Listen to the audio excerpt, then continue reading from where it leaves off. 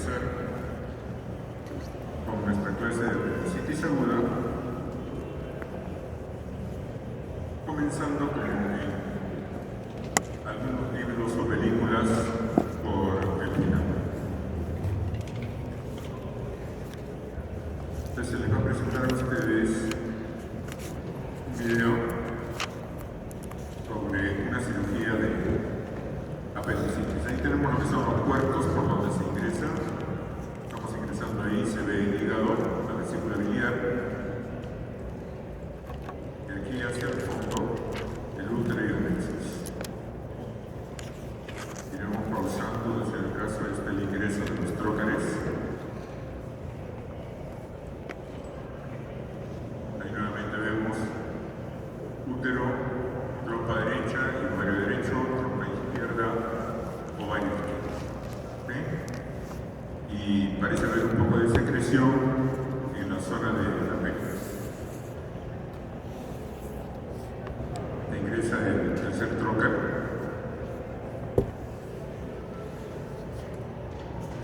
Y se va a ubicar en el apéndice cecal. Como su nombre lo indica, nace del cielo. Ahí ya lo estamos viendo. Ahí no tenemos el apéndice cecal. Ese es el mesoapéndice.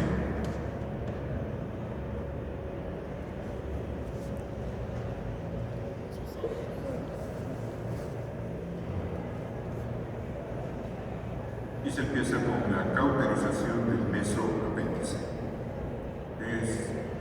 Se va viendo cómo va tomando un color amarillento, blanquecino por la cauterización. Y luego se procede a lo que se denomina la esqueletización del apéndice, es decir, lo vamos desprendiendo del mesoapéndice de manera tal de que pueda salir por el trócaro. Observen que nos pegamos, en este caso se pega a la pared del apéndice, se va diseccionando. A veces en la sala de cirugía, o en los quirófanos, conforme rotan ustedes, se pueden hacer estos procedimientos, pero el cirujano no necesariamente se toma el tiempo de explicarlo. Aquí lo ven ustedes con bastante facilidad. Vemos cómo se avanza con la disección.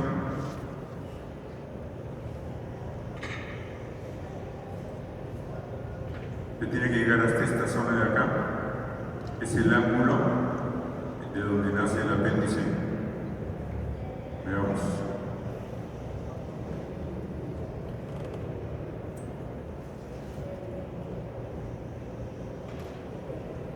Falta un poquito más.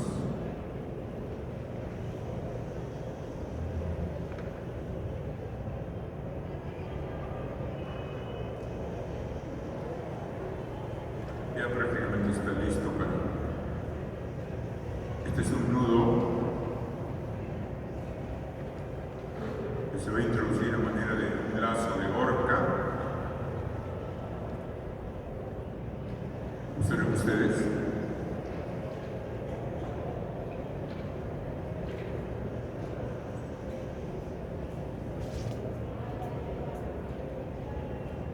Y se va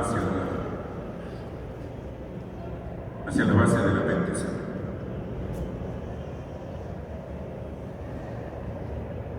Se ajusta el nudo y posteriormente se procede a seccionar.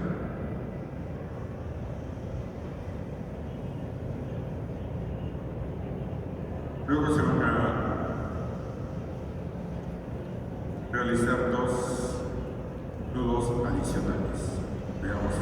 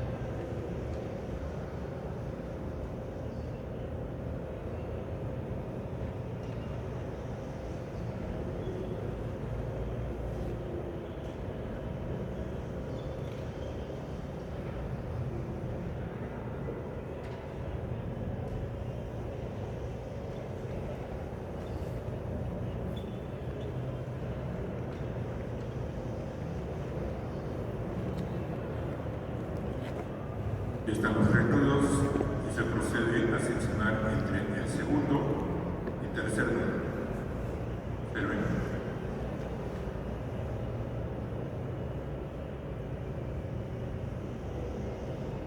Y ahí se cauteriza la mucosa del muñón apendicular.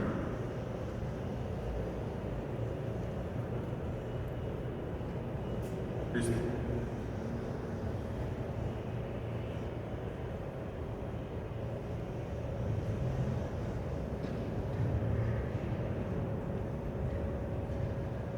Y se procede luego a la extracción del apéndice por el trocar umbilical.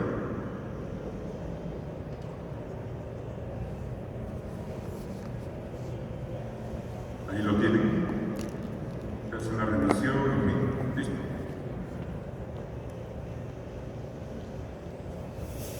Ok, entonces, no todos los casos se presentan tan fáciles como este, pero yo tengo una idea de cómo se realiza una apendicectomía. Bien, entonces, ahora sí, vamos a pasar a nuestra clase.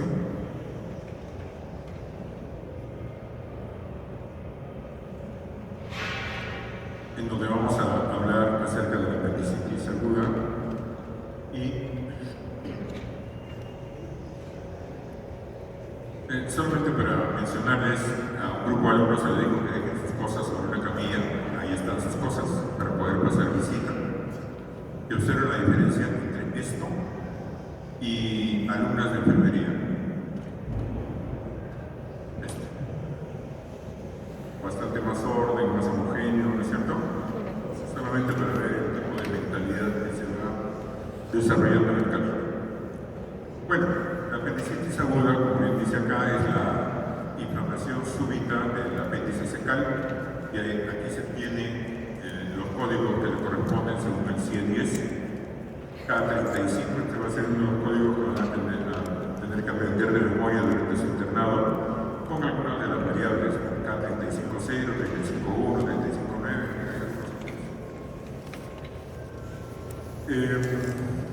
Cuanto al tema en sí, diremos que es la causa más frecuente de urgencias abdominales, todos los hospitales, salvo que sea de oncología. Diremos que afecta más o menos del 7 al 10% de la población general.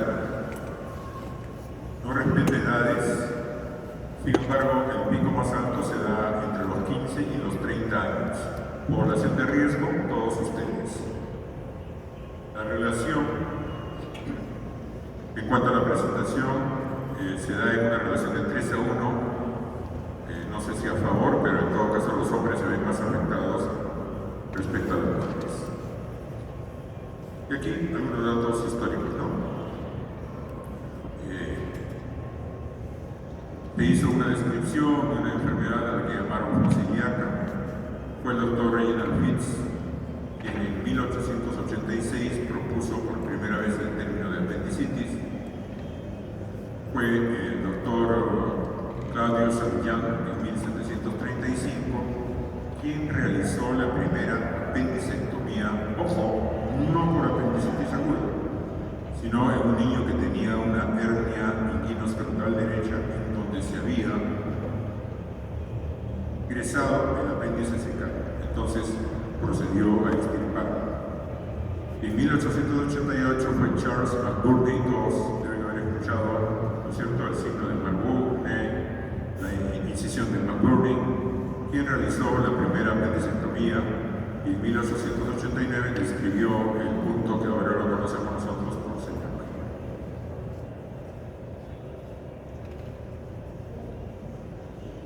Aquí tenemos un esquema, unos apuntes de alguien que fue considerado genio en su tiempo, Leonardo da Vinci. Y por si acaso no es error, en la parte inferior figura su nombre tal como lo escribía Leonardo. Leonardo da Vinci tenía lo que se llamaba una escritura especular. Él escribía de derecha a izquierda y completamente al revés. ¿De acuerdo? De manera tal de que si uno quisiera leer sus textos tendría que voltear la página y leerlo a contraluz y recién podría entender lo que dice. Esta es una escritura especular y si no lo sabían, pues ya tienen algo más que llevarse, además de la clase de apendicitis. La anatomía. Diremos que el apéndice secal representa pues, una extensión, ¿no?, de la parte inferior del ciego primitivo. Está implantado en la parte inferior del ciego en la conjunción de las tenias, ¿no?, de las tres cintillas del intestino grueso.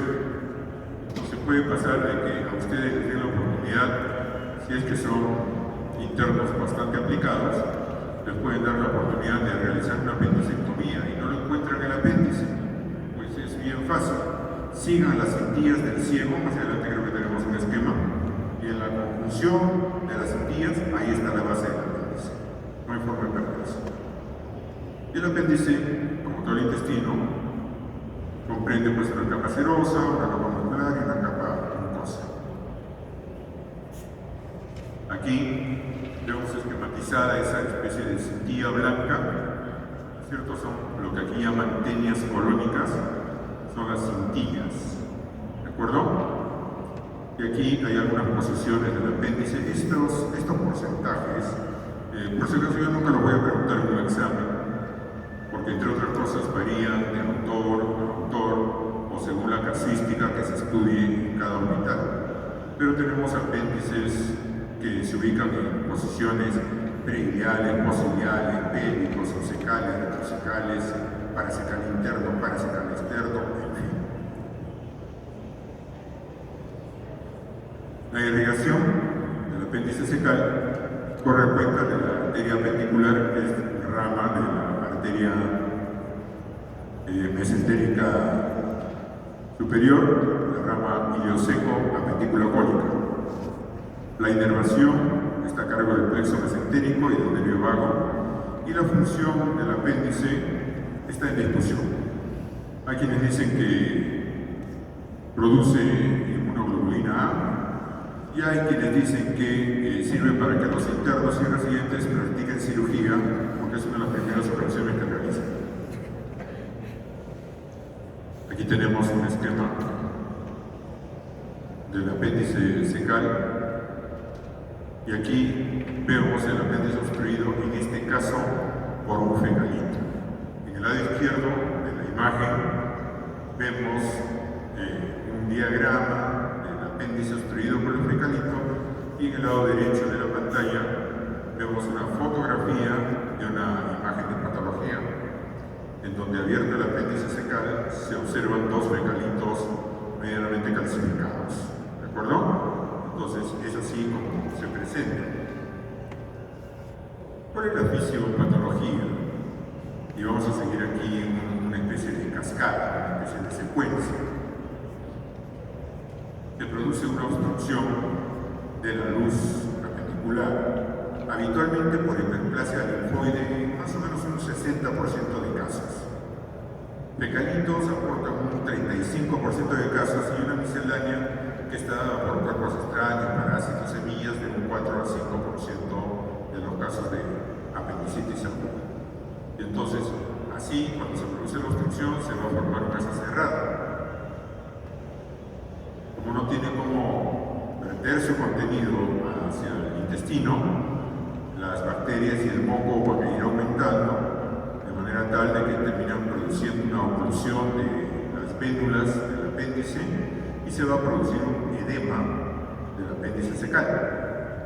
Pero como la sangre arterial sigue llegando, entonces va a aumentar la distensión del apéndice, hasta que finalmente se ocluyen completamente los vasos, hay destrucción de las terminaciones nerviosas, ulceración de la mucosa, que puede llevar a una necrosis de la pared, una perforación y una peritonitis final.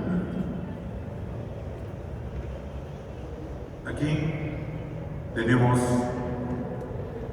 una imagen que nos muestra las fases de la apendicitis aguda, el apéndice normal, el congestivo catarral que dice que va hasta las 12 horas, la supurativa entre 12 y 24 horas, la gangrenosa que va hasta las 36 horas y una perforada que va más allá de 36 horas.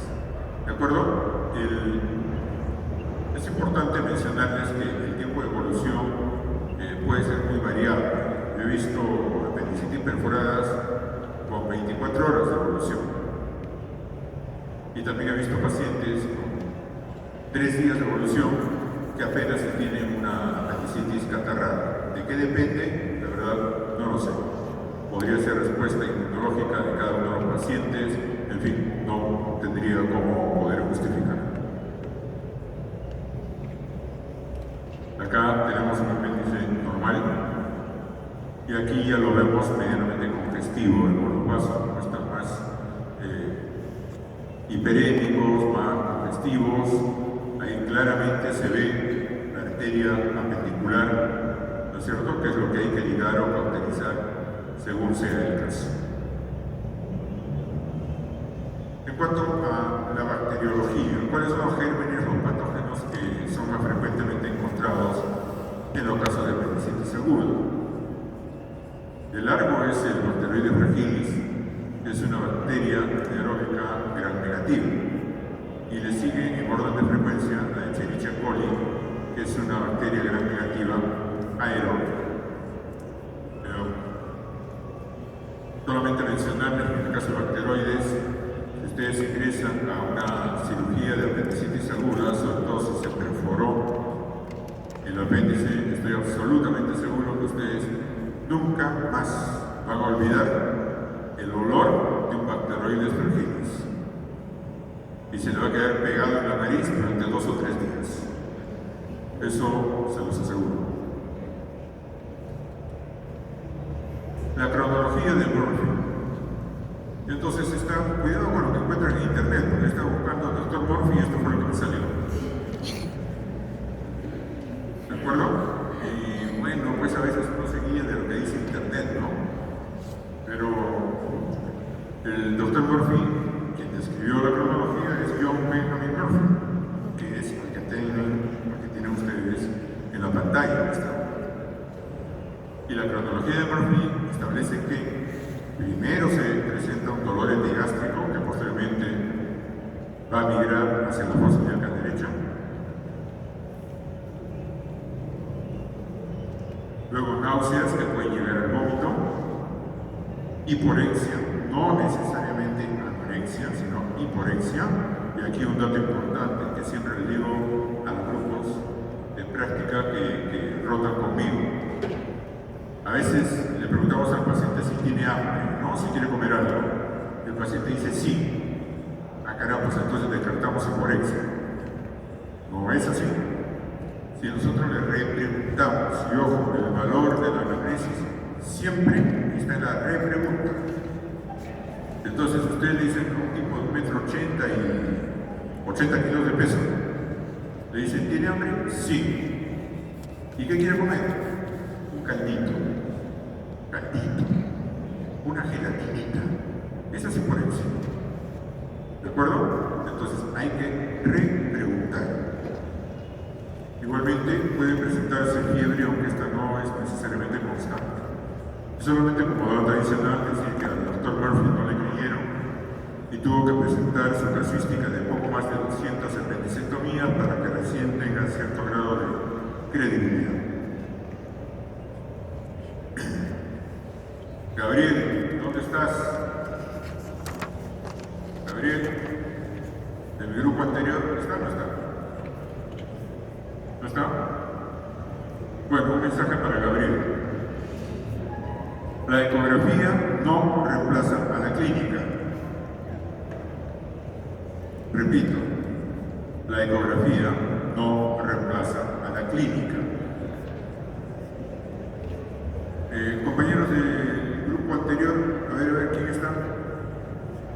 ¿Alguien? ¿Nadie? Después no se extrañen que lo jalen en el ENAM. Van a hacer el cuerpo común por lo de la César Gallegos. ¿Ah? ¿Dónde está? No han venido. Bueno, por si acaso, la medicina se está simplificando demasiado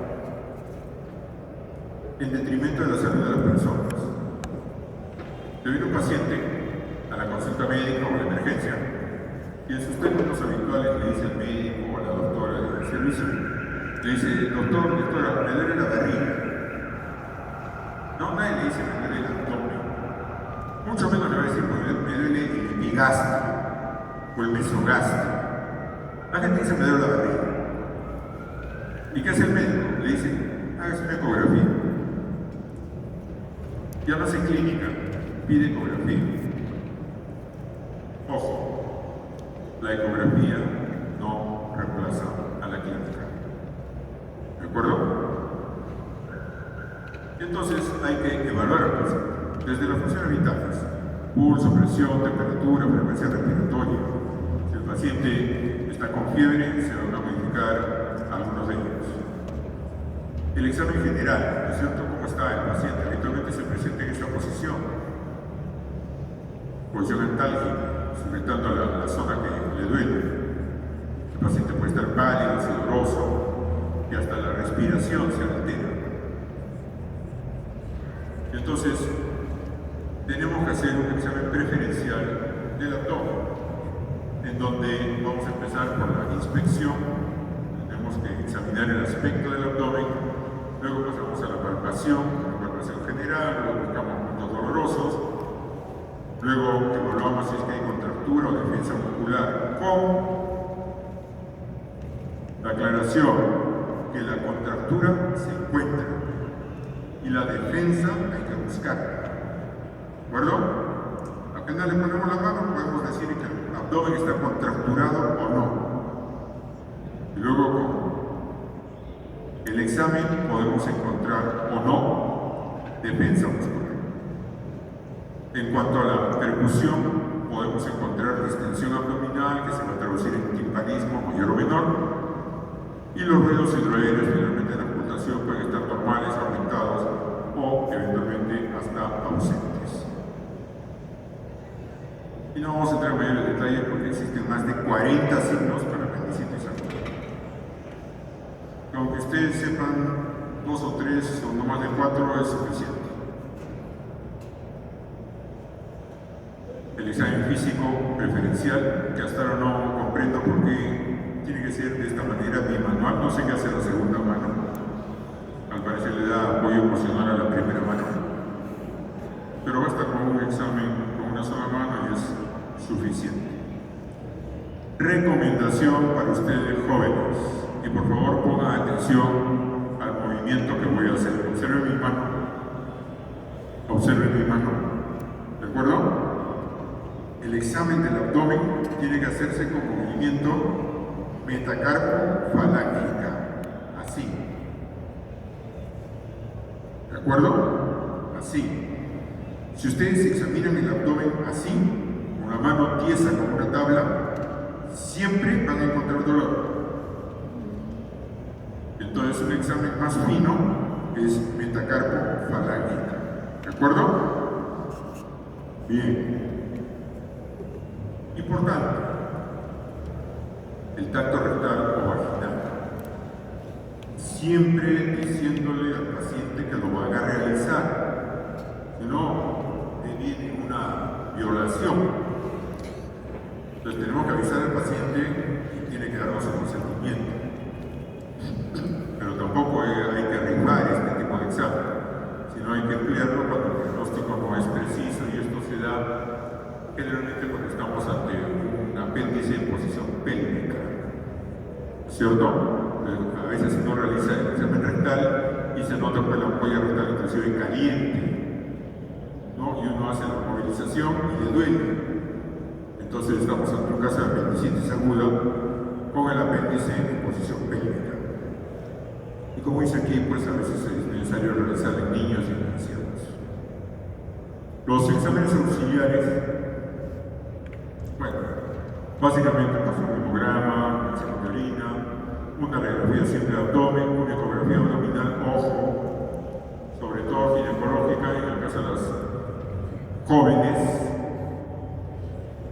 Consejo, chicas, no se sientan mal, jóvenes, varones, ustedes siempre desconfíen de las mujeres, médicamente, y las chicas también desconfíen de las mujeres, ¿cierto? Dicen, no, doctor, nunca he tenido relaciones sexuales, y tiene un embarazo ectópico roto, y que yo siempre solo el Espíritu Santo bajo una vez, ¿no es cierto? Entonces, cuidado con eso. Y para el preoperatorio complementarlo con hemoglobina, hematocrito, coagulación, sangría, grupo IRH, INR, según corresponda. Aquí tenemos una radiología en donde vemos una imagen que está cortada. En la parte inferior hay una especie de silencio radiológico. Acá, en el lado izquierdo, tenemos un corte transversal del apéndice secal, en lo que le llaman el signo de la diana, que es como un buñuelo, una dona, ¿no es cierto? En donde hacia el centro de color negro vemos la luz apendicular, de un color isoecogénico, vemos la pared apendicular y un círculo externo hipoecogénico, que es un líquido periapendicular. Y sobre el lado izquierdo vemos un corte longitudinal en donde se observa un mecanismo en el interior del apéndice. La tomografía también ayuda a verificar, no creo que sea necesario, el diagnóstico diferencial. Tiene una larga lista de lavandería en donde son todos esos diagnósticos con los cuales tiene que hacer un diagnóstico diferencial, siendo lo más frecuente pues el embarazo ectópico roto, quiste de ovario, una diverticulitis de Meckel, una infección del tracto urinario o una litiasis renal. Acá tenemos la escala de Alvarado, en donde hay algunos criterios, cada uno de ellos con un determinado valor.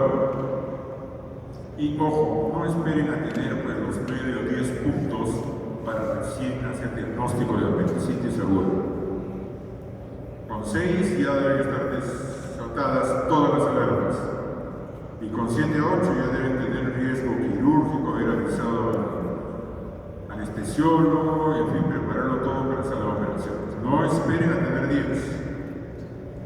Si esperan a tener 10, probablemente terminen operando casos de peritonitis y no de apendicitis. ¿Ok? Acá también hay una escala de apendicitis en pediatría. No vamos a entrar en mayores detalles. Y si tiene cara de perro, cuerpo de perro, patas de perro y mueve la cola, probablemente sea un perro. ¿Es cierto? Entonces tenemos que armar el rompecabezas con la clínica, los antecedentes, el examen físico, el examen de laboratorio y vamos a terminar dando el diagnóstico de apendicitis aguda. Acá, como detalle, si estamos en quirófano y no encontramos patología, entramos a operar, igual hay que sacar el apéndice y se actúa de igual manera pues, en los casos de rinitis mesentérica, enfermedad inflamatoria pélvica, quiste de ovario, tumor carcinoide y aquí algunos otros, ¿no? Si tienen un caso de diverticulitis, pues hay que hacer la diverticulectomía y apendicectomía. Si es un carcinoide de base de apéndice, hay que hacer una cectomía. Absceso tubovárico, drenaje, antibióticos y salpingofarectomía. Y en el embarazo ectópico, pues hay que hacer una salpingofarectomía. Y está en discusión si se procede o no a realizar la apendicectomía en estos dos últimos casos. Mi recomendación personal siempre es realizar la apendicectomía. Bueno, y ahora que está de moda la discusión acerca del CERUX, tenemos un fluxograma, ¿no? Si el paciente tiene historia clínica compatible con apendicitis aguda y exámenes auxiliares que refuerzan este diagnóstico, podemos poner como impresión diagnóstica apendicitis aguda. Lo estabilizamos al paciente, le ponemos una vía con cloruro, le podemos dar antibiótico profilaxis y con el diagnóstico ya hecho, le podemos dar analgésicos, consignando en la historia que se está poniendo tal dosis de analgésico a tal hora y luego lo derivamos al hospital. La clasificación, como se les dijo, puede ser una apendicitis catarral, flemonosa, supurativa, gangrenada o perforal. Y aquí vamos a ver muy rápidamente algunas de ellas. La catarral. Miren ustedes, el apéndice tiene características casi normales. Se va a acumular la secreción mucosa en el lumen, se afectan la mucosa y la submucosa, hay una congestión ligera de la serosa y el aspecto, como se les dijo, es casi normal. La flemonosa, miren ustedes el cambio de color, miren esa y esta. Ya hay una afectación de todas las capas del apéndice, va a haber disminución de la circulación arterial, la mucosa y de ulceraciones y exudado muco purulento. Ya les he dicho que si es bacteroide se va a acordar siempre de cómo huele, y el infiltrado va a darle pues al apéndice un color rojo oscuro. La supurativa, no sé si se logra ver, creo que no, pero a ver si es que me siguen acá. Ahí se ve una capa de fibrina, ¿sí? Se ve otro color, y entonces la luz apendicular va a estar enfocada por material purulento. El apéndice está distendido, tenso, con exudado purulento, y de alguna manera se va a producir pasaje transmural de los gérmenes. Habitualmente esto ya se acompaña de excreción purulenta.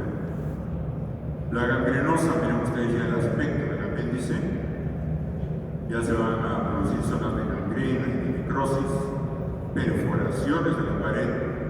La superficie del apéndice pues tiene color verde, gris, negro, y el olor en este caso es francamente fecaloide.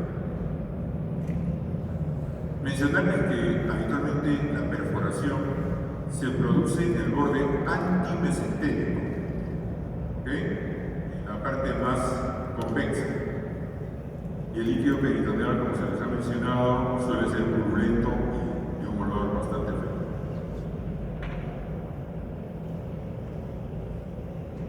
Hay casos de presentaciones especiales y uno debe tener cuidado con esto, porque en los niños son cuadros atípicos y la perforación suele ser alta. ¿Por qué? Porque entre otras cosas suele ser perforación libre, o sea, hacen peritonitis bastante rápidamente, porque tienen un meso, o sea, mejor dicho, un epiplo bastante corto. Entonces el epiplo, cuando tenemos un caso de apendicitis, va y envuelve el apéndice, ¿de acuerdo? Lo envuelve el apéndice para hacer, como diríamos, control de daños. Pero en los pequeños, el epiplo es corto, y entonces no llega a envolver al apéndice, y entonces se perfora y simplemente se produce una peritonitis libre.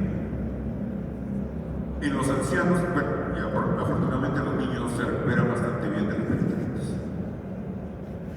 En los ancianos los cuadros suelen ser poco típicos y la evolución suele ser rápida.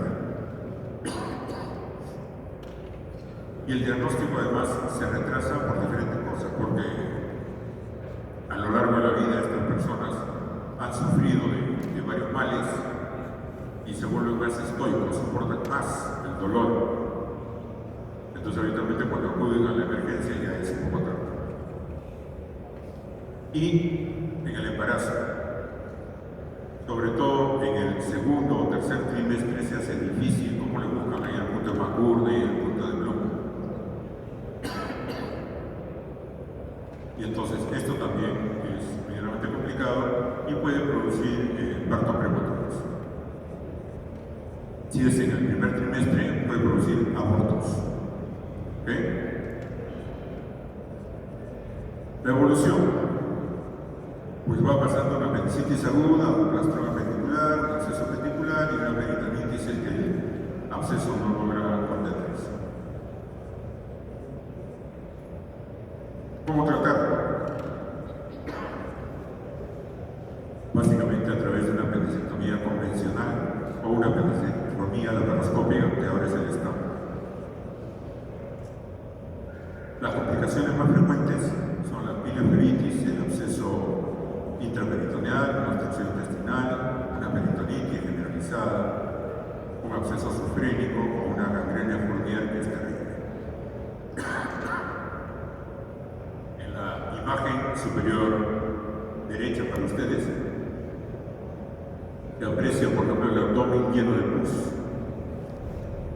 Con esa secreción que vemos ahí de fondo es pus. Y en la imagen inferior vemos pues la imagen radiológica con un silencio radiológico inferior. Las complicaciones postoperatorias, les voy a pedir que las lean ustedes porque ya me está fastidiando la garganta, así que léalas ustedes.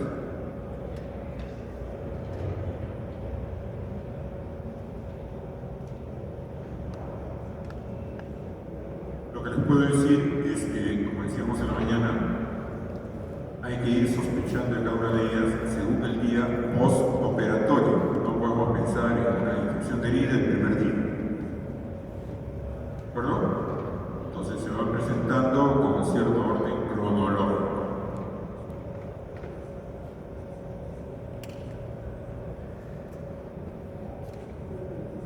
¿Qué hacer? ¿Qué tendrían que hacer ustedes, como internos o como semistas? En principio, una buena historia clínica. Una buena historia clínica quiere decir consignar los datos positivos y negativos que traiga el paciente. Y aquí siempre les hago una observación. Si en una historia clínica yo no pongo el dato de ictericia, no quiere decir que el paciente no tiene ictericia, quiere decir que simplemente no lo busqué.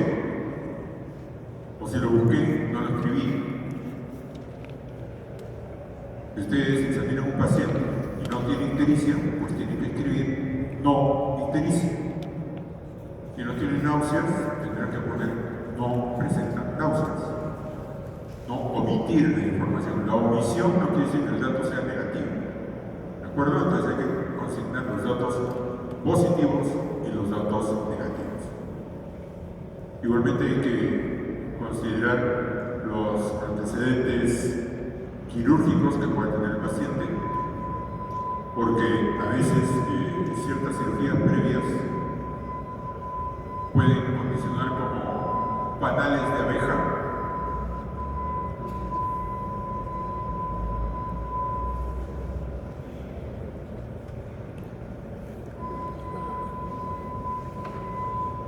Gracias, muy amable. Y entonces se forman como panales de abeja y eventualmente pueden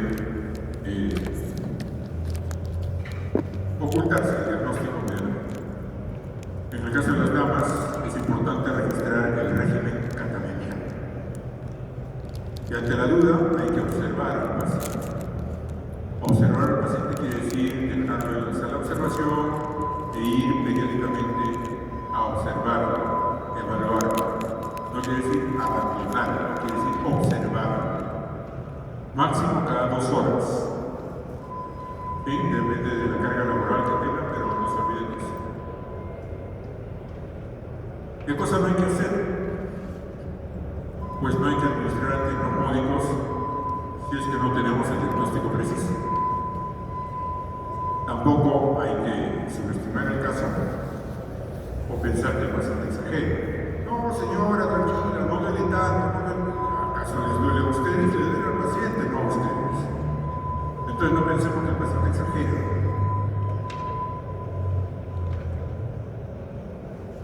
Y otra cosa que deben hacer es no caminen así por la calle, jóvenes, tengan la dignidad. ¿De acuerdo? Están comiendo sus sándwiches de no sé qué, y vos miren ustedes ese espectáculo. Afortunadamente no es en Arequipa, pero yo he visto algunos alumnos que caminan así, con su mandil y su mochila encima.